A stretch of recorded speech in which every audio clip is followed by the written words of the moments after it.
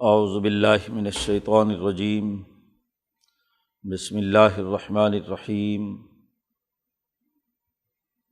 ولا يحسبن الذین کفروا سبقوا انہم لا يعجزون واعدوا لهم ما استطعتم من قوة ومن رباط الخیل ترہبون به عدو اللہ وعدوکم وآخرین من دونہم لا تعلمونہم اللہ یعلمہم وما تنفقوا من شیء فی سبیل اللہ یوفی الیکم وانتم لا تظلمون وإن جنحوا للسلم فاجنح لها وتوکل علی اللہ انہ هو السمیع العلیم وإن يريدوا أن يخدعوك فإن حسبك الله هو الذي أيدك بنصره وبالمؤمنين وألف بين قلوبهم لو أنفقت ما في الأرض جميعا ما ألفت بين قلوبهم ولكن الله ألف بينهم إنه عزيز حكيم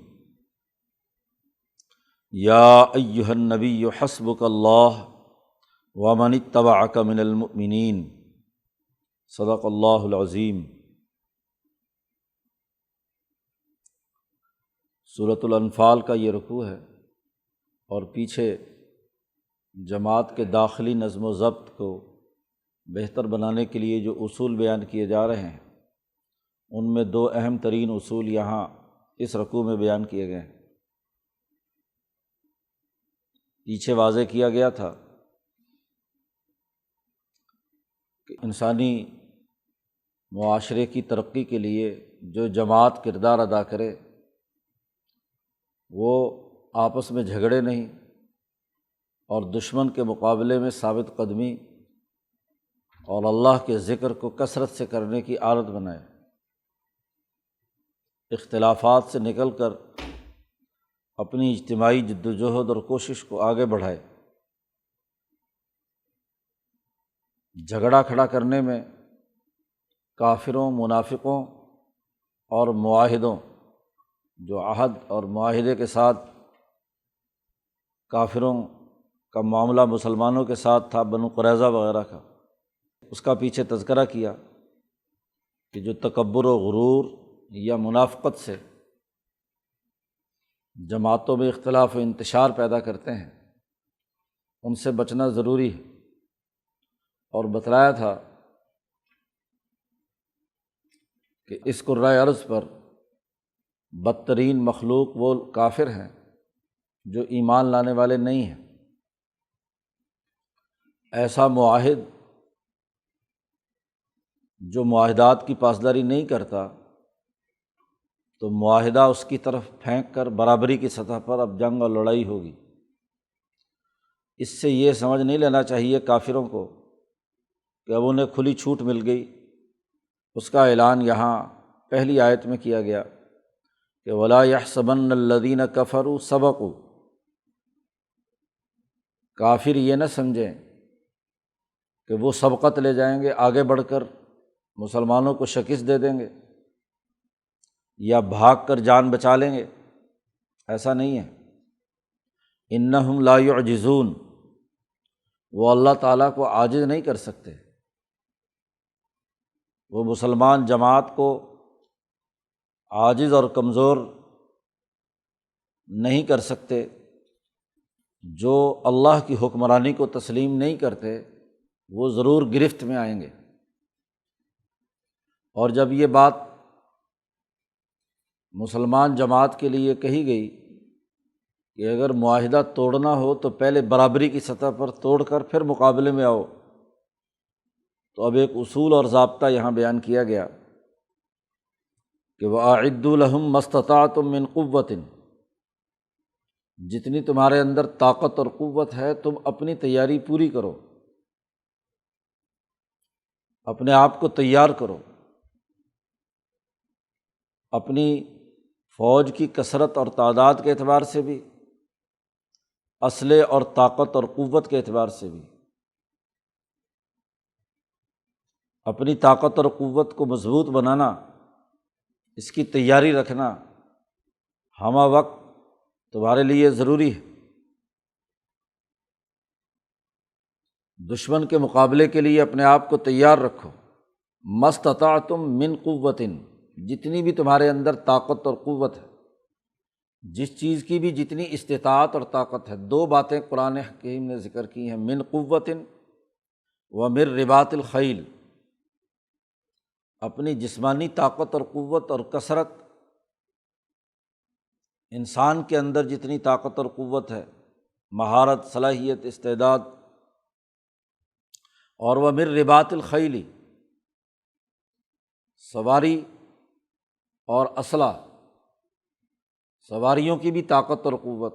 گھوڑا دنیا میں آج بھی طاقت کی علامت ہے، تو گھوڑوں کو تیار کرنا، رباط گھوڑوں کو باندھ کر پالنا پوسنا،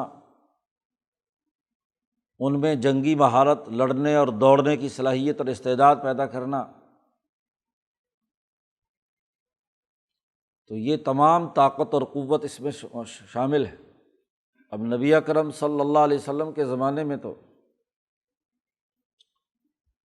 گھوڑوں کی طاقت اور قوت تھی، اس لیے جو مجاہد خود اور اپنے گھوڑے کے ساتھ جہاد میں شریک ہوتا ہے، اس کے لیے مال غنیمت میں ڈبل حصہ ہے۔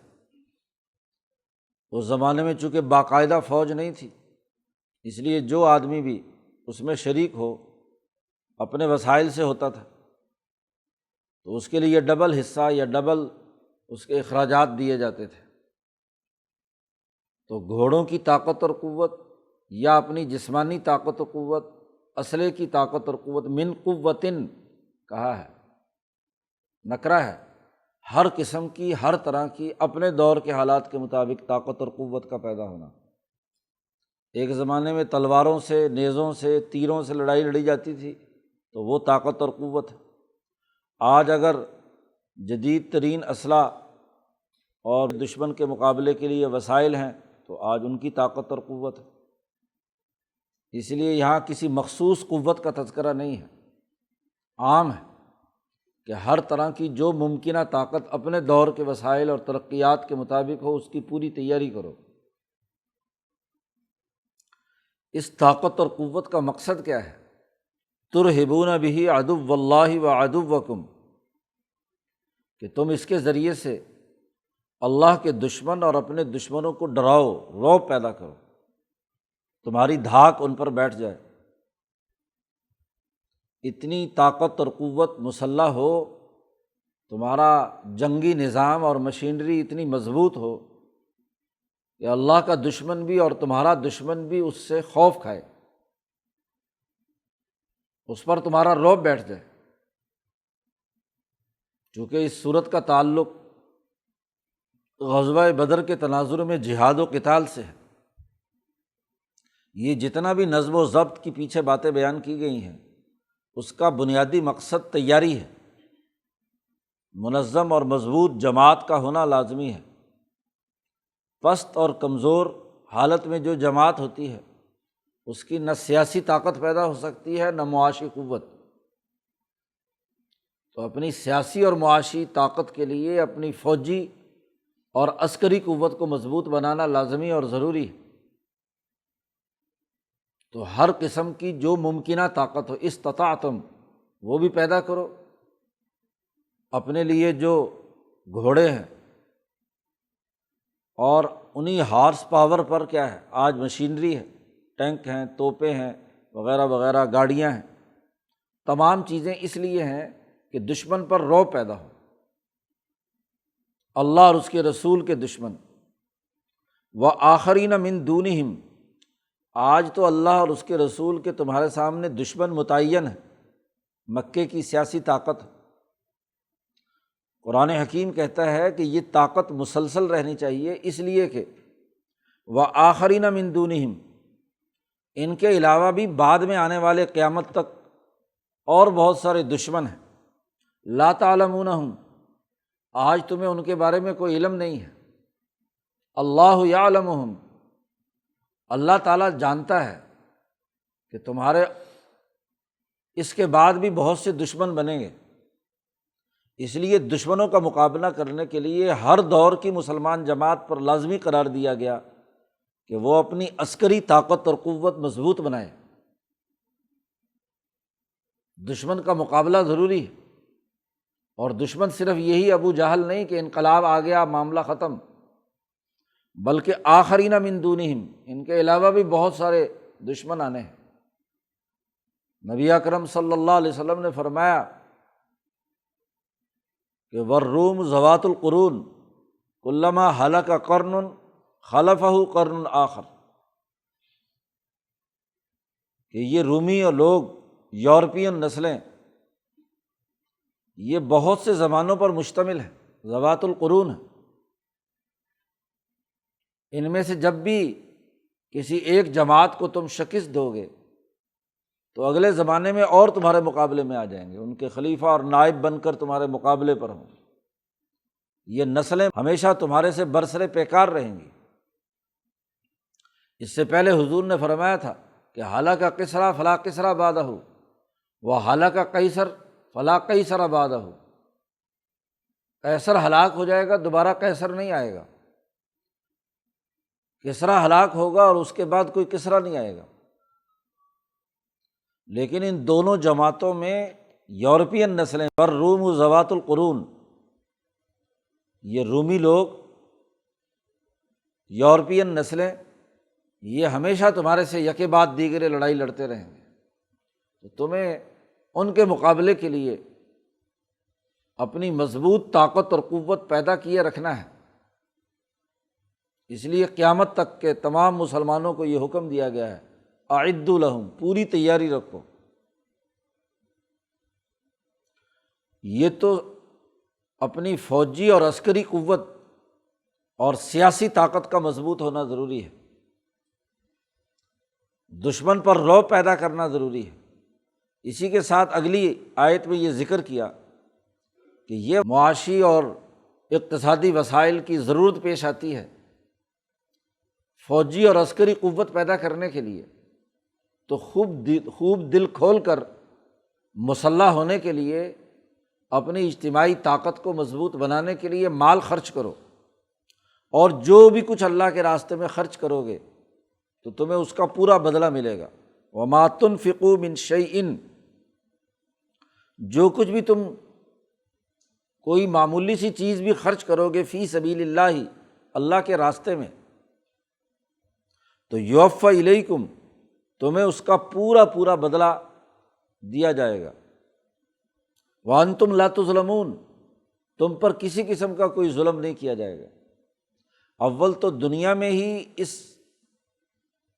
طاقت کی مضبوط بنانے کے نتیجے میں دشمن پر فتح ہوگی، اور بہت سا مال غنیمت اور بہت سی چیزیں تمہیں حاصل ہوں گی، اور اگر بالفرض دنیا میں اخراجات بڑھ بھی جائیں تو آخرت میں تو ضرور ہر چیز جو خرچ کی ہوئی ہے اس کا پورا تمہیں بدلہ ملے گا۔ پہلے جانی طاقت اور قوت کا ذکر کیا، اب معاشی طاقت اور قوت کے حوالے سے حکم دیا کہ خوب دل کھول کر مال خرچ کرو۔ اب مال کے حصول کے لیے بھی جد و جہد اور کوشش کرنا، یہ بھی اعدوا لہم ما استطعتم من قوت میں شامل ہے۔ پہلے اپنی معاشی طاقت مضبوط بناؤ، سیاسی قوت مضبوط بناؤ۔ ان آیات میں سوائے صرف اسلحے کا ذکر نہیں، بلکہ اپنی سیاسی اور معاشی طاقت کو مضبوط بنانے کا بھی حکم ہے، اور قوت کا ہونا سب سے اہم ترین قوت سیاسی قوت ہے، اور پھر معاشی قوت ہے۔ جس قوم کی سیاسی طاقت نہ ہو، اس کے پاس اسلحے کے ڈھیر کیوں نہ لگے ہوئے ہوں، وہ کوئی نتیجہ پیدا نہیں کر سکتی۔ معاشی اور اقتصادی طاقت اور قوت نہ ہو تو تب بھی کوئی نتیجہ نہیں نکلتا۔ دو بنیادی قوتیں پیدا کرنا لازمی اور ضروری ہے۔ سیاسی طاقت اپنے افراد کی تربیت ہے، سیاسی شعور پیدا کرنے سے، حکمت عملی بنانے اور اس میں مہارت پیدا کرنے سے، اور معاشی طاقت اور قوت پیدا ہوتی ہے وسائل کے حصول کے لیے، قدرتی وسائل کے اندر ایسی جد و جہد اور کوشش کہ جس سے آپ معاشی طور پر مضبوط بنیں۔ آج دنیا کے 70% وسائل معدنیات مسلمانوں کے قبضے میں ہیں، لیکن اس کی اساس پر معاشی طاقت اور قوت جو دولت کی پیدائش، تقسیم اور تبادلے سے وجود میں آتی ہے، اس میں جو مہارتیں اور صلاحیتیں چاہیے وہ ختم۔ وہ نہ ہونے کا نتیجہ یہ ہے کہ وہ وسائل اغیار کے بن گئے، آپ کو ان کے استعمال کا طریقہ ہی نہیں آتا۔ تیل کیسے نکالنا ہے، معدنیات کیسے نکالنی ہے، انہیں صاف کیسے کرنا ہے، انہیں زیادہ بہتر بنا کر سوسائٹی میں کیسے فروخت کرنا ہے، اس کی اگر قوت اور طاقت نہیں ہے تو وسائل تو ڈھیروں ہوں، تو بازو میں طاقت نہیں ہے، مہارت اور صلاحیت نہیں ہے، تو نتیجہ نہیں نکل سکتا۔ اسی لیے عربوں کا مقولہ ہے کہ السیف بالصاعد للصاعد بالسیف، تلوار بازو کے زور پر چلتی ہے، بازو ہی کمزور ہو تو خالی تلوار کتنی ہی اچھی اور عمدہ کیوں نہ ہو، وہ کیا نتیجہ پیدا کرے گی۔ بازو مضبوط ہے تو بسا اوقات کمزور تلوار سے بھی آدمی نتیجہ پیدا کر سکتا ہے۔ زور بازو ختم ہو چکا ہے تو اچھی اور بہترین سونے چاندی کی بنی ہوئی یا تیز دھار کتنی بڑی تلوار ہو، بازو ہی نہیں اٹھتے تو وہ بیچاری تلوار کیا کرے گی۔ تو اصل تو اپنی سیاسی اور معاشی قوت کو مضبوط بنانے کا حکم ہے، اور اس کے ساتھ ساتھ اپنی عسکری طاقت اور قوت۔ وسائل کے بغیر کوئی فوجی طاقت نہیں ہوتی۔ اگر فوجیوں کو تنخواہ دینے کے پیسے نہیں ہیں، اپنی دفاع کے لیے قوت بنانے کے لیے وسائل نہیں ہیں، تو وہ فوج بیچاری کیا لڑے گی۔ تو ایک بنیادی اساسی اصول یہاں واضح کیا گیا کہ مکمل طور پر اپنی سیاسی، معاشی اور عسکری طاقت اور قوت دشمن کے مقابلے میں مضبوط بناؤ۔ معاہدہ ختم کرنے کا یہ مطلب نہیں کہ تم آرام سے بیٹھ جاؤ، طاقت تو پوری ہونی چاہیے، ممکنہ جتنی بھی ہو سکتی ہے، لیکن اگلا اصول بیان کیا کہ وَإِن جَنَحُوا لِلسَّلْمِ فَاجْنَحْ لَهَا۔ اس جنگ کا مقصد، اس دفاعی قوت کا مقصد سوسائٹی میں امن و امان قائم کرنا ہے۔ شرارت پسند لوگ، ظالم اور متکبر لوگوں پر دھاک بٹھا کر ان کو غلط کام سے روکنا ہے۔ جنگ برائے جنگ کوئی مقصد نہیں ہے۔ اگر تمہاری طاقت اور قوت سے مرعوب ہو کر وہ لوگ صلح کا پیغام بھیجیں، جناحوا للسلم، اگر وہ جھک جائیں صلح کی طرف کہ وہ مصالحت کرنا چاہتے ہیں، اور ظاہر ہے صلح کی اساسیات انسانوں کے لیے امن، عدل اور معاشی خوشحالی ہے، ان تین نکات پر اگر وہ صلح کے لیے جھک جائیں، عقیدے کا جبر نہیں ہے، صلح کی یہ شرط نہیں ہے کہ تم مسلمان ہوگے تو صلح ہوگی، بے شک وہ عقیدے میں جو رہیں، لیکن اس بات کو یقینی بنائیں کہ وہ انسانی سوسائٹی میں امن، عدل اور معاشی خوشحالی کے لیے کام کریں گے۔ تو ان شرائط پر اگر وہ صلح کے لیے تیار ہوں تو فجنح لہا، آپ بھی ان کی طرف جھک جائیں۔ اب یہ نہیں کہ آپ کے پاس طاقت اور قوت آ گئی، خوب تیاری کر لی، سیاسی، معاشی اور عسکری قوت مضبوط بن گئی، تو اب ہر حال میں لڑائی ضرور کرنی ہے اور دشمن کا قتل کرنا ضروری ہے، یہ لازمی نہیں ہے۔ طاقت تو رعب پیدا کرنے کے لیے، اس لیے پیچھے کا ترہبون بہ، ڈرانا ہے، دھاک بٹھانی ہے۔ یہ مقصد نہیں کہ قتل کرنا ہے، ہر حال میں ضرور مارنا ہی مارنا ہے، طاقت جو پیدا ہو گئی۔ مقصد تو شرارت پسند لوگوں کو جو انسانیت دشمنی کا کردار ادا کر رہے ہیں ان کو ڈسپلن میں لانا ہے، انسانیت کے لیے کردار ادا کرنا ہے۔ تو اگر وہ صلح کی طرف آئیں، وہ صلح کا پیغام بھیجیں، تو پھر آپ بھی جھک جائیے، آپ بھی صلح کیجیے، کیونکہ صلح کا پیغام دینے والا دراصل اپنی کمزوری تسلیم کر رہا ہوتا ہے، خود تمہاری طرف سے صلح کا مطالبہ نہیں ہونا چاہیے۔ وہ تو پیش آمدہ حکمت عملی کے تحت کوئی جنگی حکمت عملی کے اصول پر اگر کوئی معاملہ ہو تو الگ بات ہے، ورنہ تو وَإِن جَنَحُوا، ان کی طرف سے جھکاؤ ہو صلح کی طرف تو فجنح لہا۔ اب اگر تمہیں خطرہ ہو کہ یہ صلح کرنے کے بعد پھر کوئی گڑبڑ کریں گے تو اس کی پرواہ مت کیجیے، وتوکل علی اللہ، اللہ پر اعتماد کیجیے۔ اب اگر خطرہ ہے کہ یہ گڑبڑ کریں گے اس لیے اب تو یہ قابو آئے ہوئے ہیں، پکڑو اور قتل کر دو ان کو، تو قتل انسانیت تو کوئی مقصد نہیں ہے۔ آپ کو تو اعلیٰ اصولوں کے مطابق امن و امان کو یقینی بنانا ہے، تو صلح کر لیجئے اور اللہ پر توکل اور اعتماد کر کے تمام حالات کا جائزہ لے کر صلح کی تمام شرائط کو سامنے رکھتے ہوئے پورا اعتماد اور بھروسہ کیجیے۔ انہ هو السمیع العلیم، بے شک وہ بہت سننے والا ہے اور جاننے والا ہے۔ نیتوں کا حال معلوم ہے کہ صلح کے پیچھے ان کے مقاصد کیا ہیں، اللہ تعالیٰ جانتا ہے۔ اسی آیت کی بنیاد پر جو غزوہ بدر کے بعد نازل ہوئی، صلح حدیبیہ کے موقع پر نبی اکرم صلی اللہ علیہ وسلم نے مصالحت کی کہ یہ ان کافروں سے جو لڑائی جن کے مقابلے میں پوری تیاری کی ہوئی ہے، اور تیاری کی حالت یہ ہے کہ ان کو اطلاع دیے بغیر نبی اکرم صلی اللہ علیہ وسلم مدینہ سے چل کر اپنی پوری جماعت کے ساتھ حدیبیہ پہنچ گئے، تو دشمن پر دھاک بیٹھ گئی کہ آج یہ پوری کی پورا لشکر جس کے ساتھ ہماری اتنی جنگیں ہو چکی ہیں حدیبیہ پہنچ گئے ہیں، بالکل مکہ کے قریب، یہ تو ہمارے سر پر پہنچ گئے۔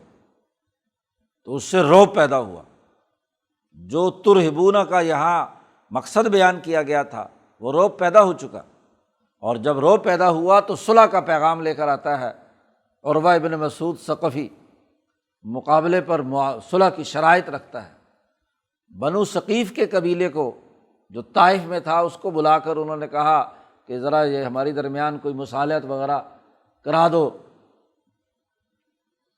تو اگر یہ صلح کریں تو فجنح، حکم، اور پھر توکل علی اللہ، اللہ پر بھروسہ کیجیے۔ ایسے موقع پر شکوک و شبہات اور خیالات آتے ہیں کہ کیا ہم دب کر صلح کریں؟ حضور نے فرمایا کہ جب صلح کی اساس امن ہے تو یہ شاعر اللہ کا احترام کرنے کا حلف اٹھا رہے ہیں، امن قائم کرنا چاہتے ہیں، اور ہماری سیاسی طاقت کو برابری کی سطح پر تسلیم کر رہے ہیں، تو ٹھیک ہے، توکل علی اللہ، اللہ پر اعتماد کیجیے۔ وَإِن يُرِيدُوا أَن يَخْدَعُوكَ، اس آیت نے بھی آ کر واضح کر دی کہ بالفرض اگر اس صلح سے ان کا ارادہ یہ ہو کہ اے محمد صلی اللہ علیہ وسلم آپ کو وہ دھوکہ دینا چاہتے ہیں، ان یخدعوک، آپ کو دھوکہ دینے کے لیے صلح کا ارادہ کر رہے ہیں، یہ اگر معلوم بھی ہو جائے تو فإن حسبک اللہ، آپ کے لیے اللہ کافی ہے۔ اس لیے محض گمانات کی بنیاد پر یا ان کی کسی دھوکے کے ڈر کی بنیاد پر صلح کا دامن مت جھٹکیے، انسانیت کی ترقی اور فلاح مقصود ہے، اس لیے اللہ پر بھروسہ کیجیے۔ هو الذی ایدک بنصرہ وبالمؤمنین، آپ کو طاقت اور قوت دی تھی اسی اللہ نے اپنی مدد سے اور مسلمانوں کی اجتماعی طاقت سے۔ اب ذمہ داری تو حضور صلی اللہ علیہ وسلم کی ہے، لیظہرہ علی الدین کلہ، اب دین کے غلبے کے لیے اللہ نے مدد کی اور مسلمانوں نے مدد کی، تو اجتماعیت، جماعت کی یہ طاقت اور قوت بھی تو اللہ تعالیٰ نے مہیا کی تمہیں، اس لیے اللہ پر اعتماد کیجیے۔ جماعت کا مقصد انسانی معاشرے میں انسانیت کے حقوق کی حفاظت ہے۔ ذرا سوچو کہ الف بین قلوبہم، یہ جو مسلمانوں کی جماعت ہے ان میں اللہ نے جوڑ پیدا کیا، آپس میں محبت پیدا کی۔ مکہ مکرمہ جہاں قبائل صدیوں سے جنگ لڑ رہے تھے، حرب فجار 100 سال تک جاری رہی، ہر قبیلہ دوسرے قبیلے سے ٹکرا رہا تھا، قریشیوں کے 12 قبیلے ایک دوسرے کے خون کے پیاسے تھے۔ اسی طرح مدینہ میں حضور آئے تو اوس اور خزرج کے درمیان بھی پچھلے 100 سال سے جنگ چھڑی ہوئی تھی۔ یہی نہیں بلکہ یہودیوں کے دونوں قبیلے بنو قریظہ اور بنو نذیر، وہ بھی ایک دوسرے کے ساتھ سینگ پھنسائے ہوئے تھے۔ اب ان مختلف قبائل کے چنیدہ افراد جو اپنی نسلی اور قبیلائی عصبیتیں رکھتے تھے، ان کو ایک چھتری کے نیچے مسلمانوں کے ساتھ جوڑ کر ان کے دلوں میں جوڑ پیدا کر کے ایک جماعت بنا دی۔ تو یہ کس نے بنائی؟ اللہ تبارک و تعالیٰ، اللہ نے الفت ڈالی ان کے دلوں میں۔ اب کوئی بنی تمیم سے ہے، کوئی بنو ہاشم ہے، کوئی بنو امیہ ہے، کوئی کہاں سے کوئی کہاں سے، ایسے کوئی اوس کا ہے، کوئی خزرج کا ہے، کوئی کسی یہودی قبیلے میں سے کوئی مسلمان ہو گیا۔ تو مختلف قبائل کے جن کے درمیان نسلی عصبیتیں اور ایک دوسرے سے لڑائی جھگڑا تھا، ان تمام کو 313 کی ایک اجتماعیت میں، جن میں انصاری بھی شامل ہیں، مہاجر بھی ہیں، پھر ان میں بھی مختلف قبائل کے لوگ ہیں، تو وہ تمام کے درمیان جو محبت اور الفت ڈالی وہ اللہ نے۔ نبی اکرم صلی اللہ علیہ وسلم سے کہا جا رہا ہے کہ صلح کرتے وقت شکوک و شبہات کو پیش نظر نہ رکھنا۔ یہ جماعت جس کے اندر اللہ نے الفت پیدا کی ہے، اس جماعت کے ذریعے سے آپ کی تائید اور مضبوطی قائم کی گئی، وہ اللہ نے کی ہے۔ لو انفقت ما فی الارض جمیعا ما الفت بین قلوبہم، اگر آپ زمین میں جو بھی کوئی دنیا کے وسائل ہیں یہ تمام کے تمام خرچ کر کے آپ ان کے درمیان پیار و محبت پیدا کرنا چاہتے تو آپ اکیلے یہ کام نہیں کر سکتے۔ ما الفت بین قلوبہم، دلوں کو مانوس کر کے حضور کے ساتھ جوڑنا۔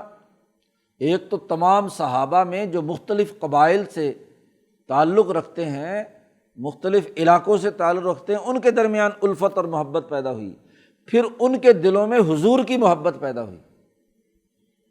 تمام لوگ آپ پر پروانہ وار قربان ہونا چاہتے ہیں۔ سعد بن معاذ نے کھڑے ہو کر کہا کہ آپ کا جہاں پسینہ گرے گا وہاں ہمارا خون گرے گا۔ سعد بن عبادہ نے مدینہ سے چلتے ہوئے کہا کہ ہم آپ کے ساتھ ہیں، جیسے آپ کا فیصلہ ہوگا۔ یہ مت سمجھیے گا کہ مدینے کے اندر رہ کر اگر دشمن کا مقابلہ ہو تو صرف ہم یہی کام کریں گے، جہاں آپ ہمیں لے جائیں گے ہم وہاں جانے کے لیے تیار ہیں۔ تو حضور کی محبت ان کے دلوں میں ڈال دی۔ تو یہ کس نے ڈالی؟ وَلَٰكِنَّ اللَّهَ أَلَّفَ بَيْنَهُمْ۔ آپ اگر دنیا کے سارے وسائل بھی خرچ کرتے تو کبھی ان کے درمیان پیار و محبت پیدا نہ کر سکتے، لیکن وَلَٰكِنَّ اللَّهَ أَلَّفَ بَيْنَهُمْ، اللہ نے ان کے درمیان پیار و محبت پیدا کی۔ تو جس نے یہ جماعت ایسی تیار کر کے آپ کو دی تو اس پر اعتماد کیجیے۔ انہ عزیز الحکیم، بے شک اللہ پاک زبردست ہے، حکمت والا ہے۔ عزیز کا مظہر طاقت، اور طاقت اعدوا لہم ما استطعتم من قوۃ سے پیدا ہوتی ہے، اور وہ حکیم ہے، حکمت والا ہے۔ حکمت کا تقاضا یہ ہے کہ اگر صلح کا پیغام بھیجیں تو صلح ضرور کر لو۔ دونوں میں توازن ہونا چاہیے۔ اپنی سیاسی، معاشی اور عسکری قوت کو بھی ہر وقت میں مضبوط بنانا لازمی اور ضروری ہے، لیکن اس طاقت کا یہ مطلب نہیں کہ ضرور طاقت کا استعمال کر کے دشمن کو قتل کرنا ہے۔ طاقت تو رعب پیدا کرنے کے لیے ہے، مقاصد تو یہ ہے کہ صلح، صفائی اور امن سے تمام مسائل حل ہوں انسانیت کے۔ تو حکمت کا تقاضا کیا ہے؟ صلح ہے، مصالحت۔ دشمن اگر کمزور پڑ کر آپ کے ساتھ معاملہ طے کرنا چاہتا ہے تو اس کو حل ہونا چاہیے۔ نبی اکرم صلی اللہ علیہ وسلم سے کہا جا رہا ہے، یا ایھا النبی حسبک اللہ، اے نبی آپ کے لیے اللہ کافی ہے۔ ومن اتبعک من المؤمنین، اور وہ جماعت جو آپ کی اتباع کرنے والی مومنین کی جماعت ہے وہ آپ کے لیے کافی ہے۔ مولانا سندھی نے فرمایا کہ کسی بھی مرکزی جماعت کے لیے دو چیزوں کی ضرورت ہوتی ہے، ایک دستور اور آئین کی، کہ کس دستور کے مطابق آپ نے اپنی جماعت کی شیرازہ بندی کی ہے، اور دوسرا مرکزی جماعت جو اس دستور کے مطابق کام کرنے کے لیے ایک پیج پر ہو، ڈسپلن والی ہو۔ تو پیچھے 10-11 اصول بیان کرنے کے بعد قرآن نے کہا کہ ان اصولوں پر جو آپ کی اتباع کرنے والی مسلمان جماعت ہے وہ، اور حسبک اللہ، اللہ کافی ہے، یعنی اللہ کی کتاب کافی ہے۔ اللہ کی کتاب وہ دستور العمل ہے، وہ آئین ہے جس کی اساس پر انسانی معاشروں کی تشکیل ہونی ہے، ان میں اجتماعیت پیدا ہونی ہے۔ تو اللہ نے جو اپنی کتاب میں احکامات دیے ہیں، یہ جو اصول اور ضابطے پیچھے 11 اصول بیان کیے گئے ہیں، اعدوا 10واں ہے، اور وَإِن جَنَحُوا 11واں ہے، پیچھے 9 قانون اور 9 ضابطے پیچھے بیان کیے گئے ہیں۔ یہ جو 11 اصول بیان کیے گئے ہیں، ان اصولوں کی روشنی میں اس دستور العمل کو سامنے رکھ کر، اور مسلمانوں کی وہ اجتماعیت جو اللہ نے تمہارے لیے تیار کی ہے، جن کے دلوں میں آپ کی محبت پیدا کر دی، آپ کے ہر حکم پر قربان ہونے کے لیے تیار ہے، تو یہ دونوں تمہارے لیے کافی ہیں۔ لِيُظْهِرَهُ عَلَى الدِّينِ كُلِّهِ کا جو ہدف آپ کو دیا گیا ہے، اس کو پورا کرنے کے لیے کتاب اللہ اور رجال اللہ، اللہ کی کتاب اور اس کتاب پر عمل کرنے والے اللہ کے وہ تربیت یافتہ مرد، اجتماعیت اور طاقت اور قوت والے لوگ، یہ آپ کے لیے کافی ہے۔ اب 11 اصول یہاں بیان کیے، 12واں اور 13واں اصول اگلے 2 رکوعوں میں بیان کیا جا رہا ہے۔ یہ جتنے بھی اصول پیچھے ہیں، ان کے نتیجے میں جو جماعت تیار ہو، اس جماعت کو اقدامات کیا کرنے ہیں، تو 2 طرح کے بنیادی اقدامات کرنے کا آگے حکم دیا گیا ہے، اور نبی اکرم صلی اللہ علیہ وسلم سے کہا گیا ہے کہ ان لوگوں کو ان مقاصد کے لیے تیار کیجئے جو مطلوب ہے۔ اللہ تعالیٰ قرآن حکیم کو سمجھنے اور اس پر عمل کرنے کی توفیق عطا فرمائے۔ اللہ